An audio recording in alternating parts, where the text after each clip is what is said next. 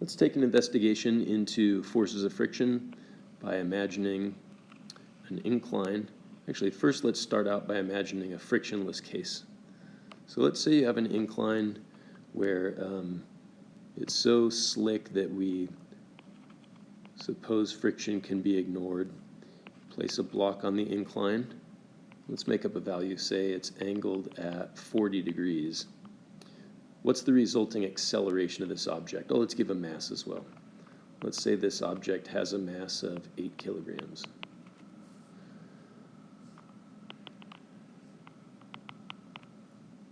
Let's make a free body diagram, and then we can figure out the acceleration. So say a line that runs parallel to the incline is the x-axis, and therefore a line perpendicular represents the y-axis. So there are only two forces we have to consider.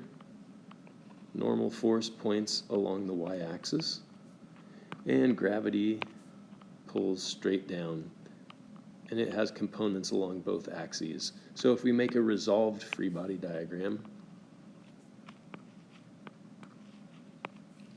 the normal force is not broken into components at all, and gravity, mg, has a component mg cosine theta along the y-axis. And because this is a component, I'm going to draw an open arrowhead. So there's mg cosine theta. And then pointing parallel to the incline is another component, mg sine theta. And it's safe to assume that forces along the y-axis will cancel out, so the net force is mg sine theta, and by Newton's second law, net force is ma. So when we divide both sides of the equation by m, we find the acceleration is equal to g sine theta. So in this example, our acceleration would be 9.8 meters per second squared times a sine of 40 degrees. And that calculates very nearly to 6.3 meters per second squared. Okay, but this is an investigation of friction, so let's ask this question. Take the exact same incline, and what minimum value, if the angle's still 40 degrees, what's the minimum required value of the coefficient of static friction for which our 8 kilogram object will remain at rest?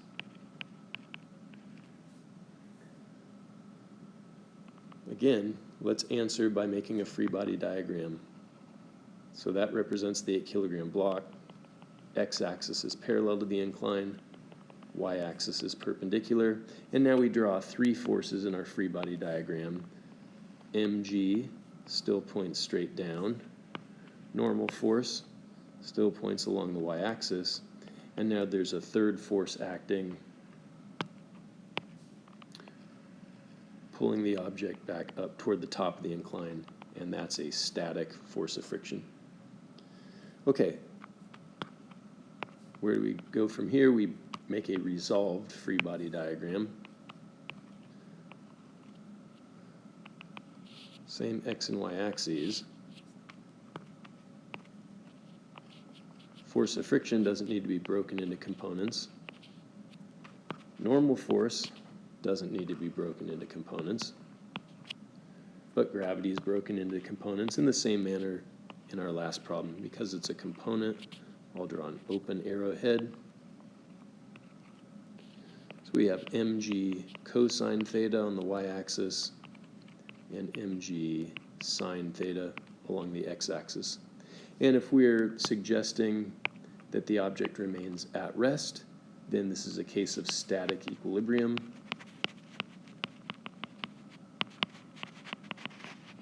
And we know then the net force must be equal to 0. The only way that works out is if the normal force and mg cosine theta are equal. And at the same time, mg sine theta and the friction force have to be equal. Now, because we're being asked what's the minimum possible coefficient of static friction, then we're going to assume in this free body diagram that this force vector we've drawn has reached its maximum possible value. So force of static friction is anywhere inclusive between 0 and some maximum value, where that maximum value is nothing more than the coefficient of static friction multiplied by the normal force. So the frictional force itself could be anywhere in that range. However, like I say, if we're trying to find out what's the minimum allowed coefficient of static friction, then this force here has grown to the greatest value it can be. So we're allowed to say, in this case, the force of static friction maximum is equal to mu static times normal force. So we get to make that substitution here. So now we have two equations, and we'll see if we can combine them together. Another way we can rewrite the second equation is mu static times normal force is equal to mg sine theta. So here's yet another substitution. Normal force is mg cosine theta, so we can substitute that for normal force here. So now this expression becomes mu static times mg cosine theta is equal to mg sine theta. Mg shows up on both sides of the equation. We divide both sides by cosine theta, and so we find that the minimum required coefficient of static friction in this case is nothing more than the tangent of the angle of the incline. And so in this example problem, this is the tangent of 40 degrees. So we have a coefficient of static friction that must at least be equal to 0.84. Or we could write it like this: as long as the coefficient of static friction is greater than or equal to 0.84, then the object will stay at rest. Okay. Now we know coefficient of kinetic friction is always less than coefficient of static friction. And that has to do with this concept of frictional welding. When two surfaces meet up, you might think of them as smooth, but when you zoom in on this, it's actually bumpy. And if the peaks and valleys sort of line up, then something known as frictional welding takes place. So to overcome frictional welding takes a greater amount of force than what needs to be overcome as these two objects just slide over each other in opposite directions. So given, let's just assume the coefficient of kinetic friction in this case is 0.74 instead of the coefficient of static friction of 0.84. Now we're going to draw an incline again.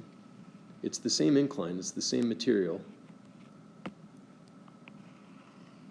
However, the incline has been raised from 40 degrees up to a value of 50 degrees, but the coefficients of friction remain the same. The coefficient of static friction is 0.84, and the coefficient of kinetic friction is 0.74. We place the same 8 kilogram object on the incline. What happens? What's the resulting acceleration? So you can see we're building on this problem progressively to get further insight into how we deal with force of friction, but the end result, or actually the beginning step in every case, is to start with a free body diagram. I'm going to skip a step. I'm not going to draw the unresolved free body diagram. I think you've seen enough examples that generally in cases like this, it's the force of gravity that's broken into components. So I think we can cut straight to the chase here. Normal force points in this direction. A component of gravity, mg cosine theta, points opposite the normal force. Mg sine theta pulls down the incline. And we know that there's a force of friction back up the incline, and I think we can argue pretty easily that that force is going to be smaller in magnitude than the component of gravity mg sine theta. And here's why we can make that argument. When the angle was 40 degrees and the coefficient of static friction was 0.84, that was just enough for these two forces in opposite directions to cancel each other out. So think about it. With a lower angle of 40 degrees, mg sine theta was smaller in magnitude than it is in this case because the angle's been increased to 50 degrees. So that's why this force is longer, and in the meantime, this force is shorter than it was in the previous case because it's a force of kinetic friction instead of static friction. So forces along the y-axis will cancel each other out. The normal force must be equal to mg cosine theta, and there's a net force along the x-axis that would just be given by the difference between the forces in opposite directions. So mg sine theta minus the force of kinetic friction is the net amount of force. So in our next step, we just make one substitution, and that is that net force can always be replaced with ma according to Newton's second law. So ma is mg sine theta. Actually, we'll make one more substitution. The force of static friction is an inequality, greater than 0, but less than some maximum value given as the product of the coefficient of static friction and the normal force. But here we're talking about kinetic friction, and kinetic friction is just strictly equal to the coefficient of kinetic friction times the normal force. So that's the substitution we'll make here. We'll say mu k multiplied by n. Okay, so in our third step, we'll make yet another substitution. In place of n, we can substitute mg cosine theta. So ma equals mg sine theta minus mu kinetic times mg cosine theta. M appears in every term, so we divide it out. And we've derived a formula here that says A equals, let's see, there's a G in both terms. Let's factor that out. A equals G times sine theta minus mu k cosine theta. Because we've kept the work algebraic, you might find other problems along the way similar to this one, and you might be able to use this derived equation again. This is not a universally true equation, so make sure that if you attempt to apply this in future problems, that you're only applying it to scenarios that match up, where an object is on an incline for which the angle exceeds the angle that'll allow it to stay at rest, and you're trying to determine what's the acceleration that results. So numerically in this case, the acceleration is equal to 9.8 meters per second squared times the sine of 50 degrees minus, we were just given this coefficient of kinetic friction. So minus 0.74 times the cosine of 50 degrees. Now if you grab a calculator and work all that out, that gives an acceleration that's very nearly equal to 2.85 meters per second squared. Let's make this progressively more challenging and ask another related question. So we're going to take the incline that was once angled at 40 degrees and just barely had enough friction to keep an 8 kilogram block at rest, and we raised it from 40 degrees up to 50 degrees. We place the 8 kilogram block. Coefficients of static and kinetic friction are known as 0.84 and 0.74. And if nothing else is done and we let this object go, it's going to accelerate to the bottom of the incline at 2.85 meters per second squared. But what if we don't want it to accelerate? Well, there's not enough friction to hold it at rest. However, we could alter that if we push this way. Just take your finger and push against the top of that block. What's the minimum amount of force you would have to push with in order for the block to remain at rest? So since this is a question about trying to hold it at rest, we don't need to know about coefficient of kinetic friction. We're back to relying on this coefficient of static friction. And you guessed it, our solution is going to be based on a free body diagram.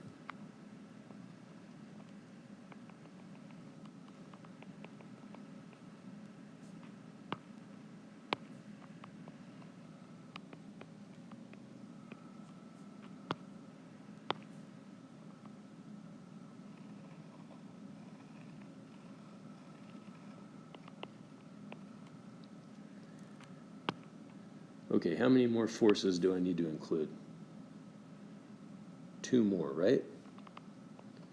There's going to be a static frictional force pointing back up the incline. And what's the missing force? The amount of push.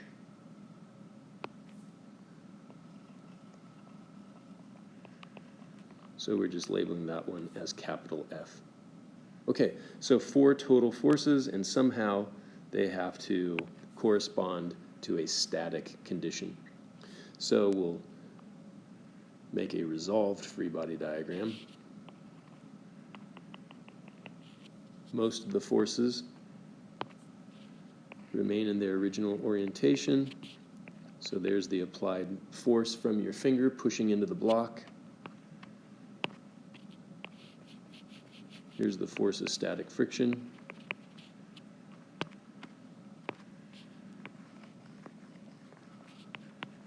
There's the normal force. And I'm going to replace gravity with its components. This one is mg sine or cosine? Right, this is mg sine theta. And then back the other way is mg cosine theta. Now I want you to notice something about the relative size of all these vectors. mg sine theta and the force of static friction have been drawn to an equal length. And that's just a way to illustrate that there's equilibrium, at least along the x-axis. Now what about the y-axis? It looks to me like the normal force is greater in magnitude than mg cosine theta. Well, that's exactly right. It should be, because there's also the additional length of this push. So if we put those all together, the normal force is equal to these 2 forces in combination. So we can make a couple equations to express this. First of all, mg sine theta has to be equal to the force of static friction. So that's based on information about vectors on the x-axis. By studying the vectors along the y-axis, we could argue that the normal force has to be equal to the combination of mg cosine theta plus the applied force F. So how do we proceed from here?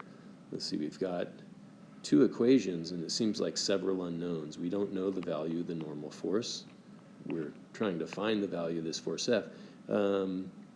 We know M is 8 kilograms. We know G is 9.8. We know the angle is 50 degrees.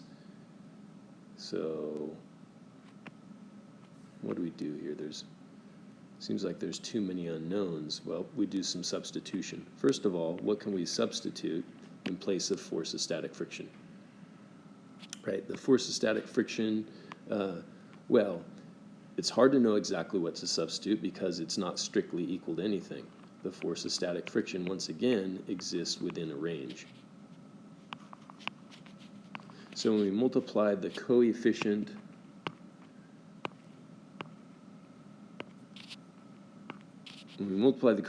of static friction times the normal force, that gives us the maximum possible value for the force of static friction. But the force of static friction itself is anywhere in between 0 and that maximum value. But remember how the problem was stated. Once again, this is a limiting case problem. We were asked what's the minimum amount of push you'd have to create here. And so given that this is a limiting case, we can assume that the force of friction that we're investigating here is the maximum value given as mu s times normal force. So I'm going to rewrite this equation as our starting point. mg sine theta is equal to mu static multiplied by normal force. Okay, so in our next step then we can make a substitution for normal force. It's equal to all these quantities.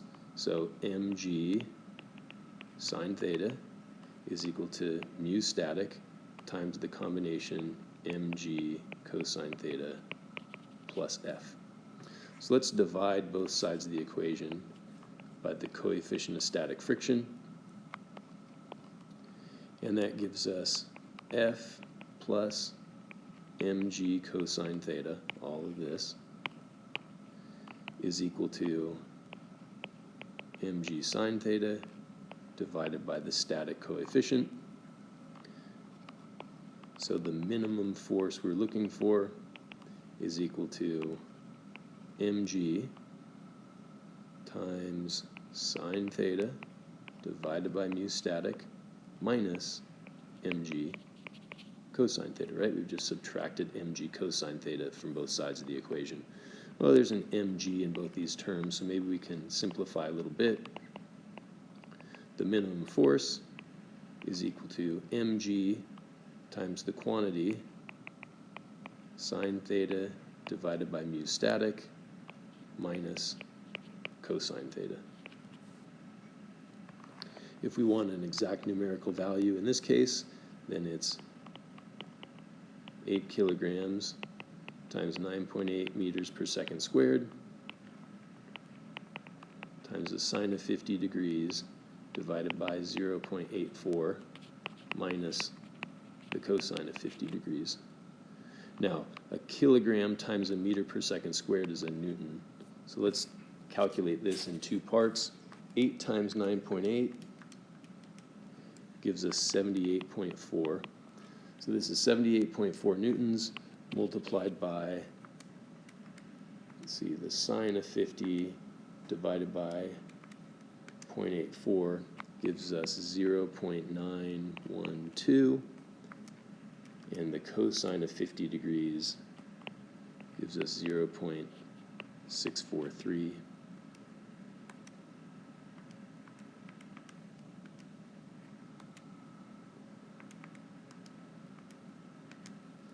So the total value for the minimum required force calculates out to about 21.1 newtons. It's often helpful to see if final results are reasonable. So I want to think about this equation. And a way to determine whether or not a result is reasonable is to consider if it corresponds to the extreme cases, right? So what if we put an object on an incline and we try to hold it at rest, not by increasing the amount of roughness of the surfaces. In other words, we're not going to increase the value of mu as a way to get more friction. Rather, we're going to increase the value of n. Remember, force of friction is always found by multiplying those two quantities together. So by increasing the amount of contact between the two surfaces, pushing with a force F, you can increase the amount of friction force. But what if it's the case where there's just no roughness at all here? What if the coefficient of static friction approaches 0? Then what does this equation that we derived tell us? Well, if the coefficient of static friction goes towards 0, then this term here approaches infinity, and it would require an infinite amount of force. And that makes sense, right? If there's no coefficient of friction at all, doesn't matter how hard you push, doesn't matter how much normal force you create between the surfaces, a normal force without any coefficient to go along with it will provide 0 amount of frictional force. And also, as the angle gets greater and greater and greater, as theta approaches 90 degrees, then in that case, sine theta would go to 1, cosine theta would go to 0, and the minimum required friction in that case would correspond to the minimum required to keep something against a wall, which we've solved for in a previous example problem and is indeed equal to mg divided by mu static. So this derived equation seems to make sense when we apply it toward the special or limiting case scenarios. So there you have it, another good example practice problem in how we apply forces of friction in all of our free body diagrams. Thanks for watching.